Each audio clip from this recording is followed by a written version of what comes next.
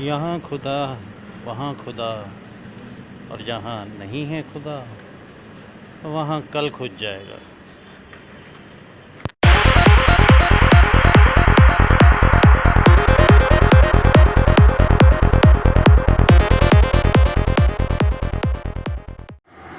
नमस्कार दोस्तों, स्वागत है आप सबका स्वागत चैनल की हमारी अगली पेशकश।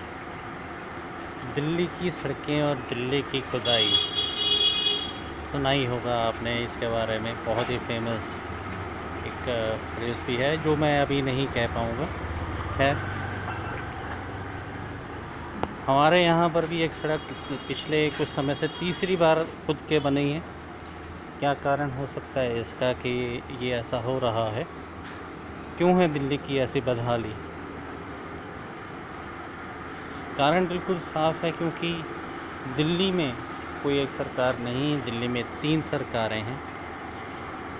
एमसीडी की बात करें तो यहाँ बीजेपी की हुकूमत है और विधानसभा में इस वक्त केजरीवाल जी आम आदमी पार्टी की सरकार चला रहे हैं और लोकसभा में बीजेपी के पास सातों के सातों सीटें हैं। तो कहने का मतलब ये है कि मैनी कुक्स स्पॉइल द फूड वाली बात है कि कोई भी जब काम करने की बारी आती है तो ज़िम्मेवारी नहीं लेता है, लेकिन अगर कुछ अच्छा काम होता है तो उसका क्रेडिट लेने के लिए सारे तैयार खड़े होते हैं। आदत पड़ चुकी है ब्लेम गेम की कि कुछ हुआ अच्छा तो वो हमने किया, कुछ नहीं हुआ अच्छा तो दूसरी पार्टी ने किया।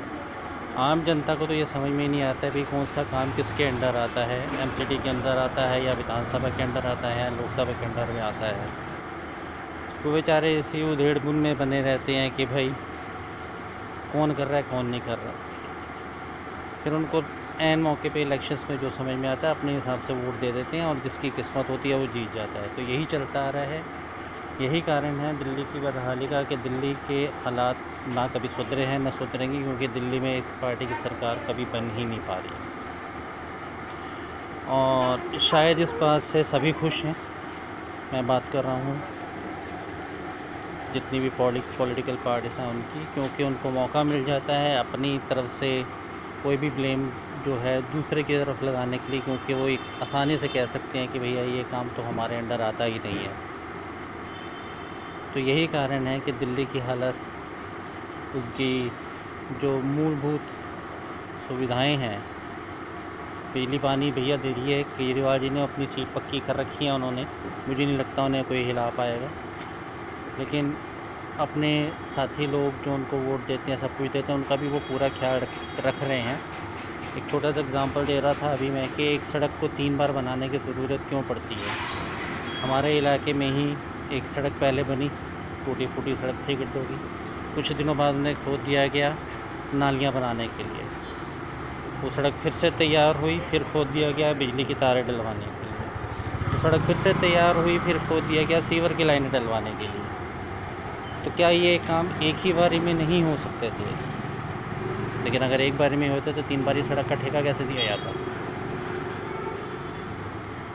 तो ये बातें कुछ सोचने विचारने वाली है, लेकिन इतना समय किसी के पास नहीं है कि हम क्या ही सोचें। हम भी कुछ नहीं कर सकते, सिर्फ बोल ही सकते हैं। उम्मीद है आपको हमारे इन विचारों से कुछ समझ में आया होगा और आप देखेंगे अगले इलेक्शंस में शायद एक ही पार्टी जो है सरकार में आए, ताकि हम खुल के कह सकें कि भैया कौन कर रहा है कौन नहीं कर रहा। धन्यवाद आप सबका पूरा वीडियो देखने के लिए। पसंद आए तो ज़रूर लाइक कीजिए, शेयर कीजिए, सब्सक्राइब कीजिए हमारे चैनल को। धन्यवाद।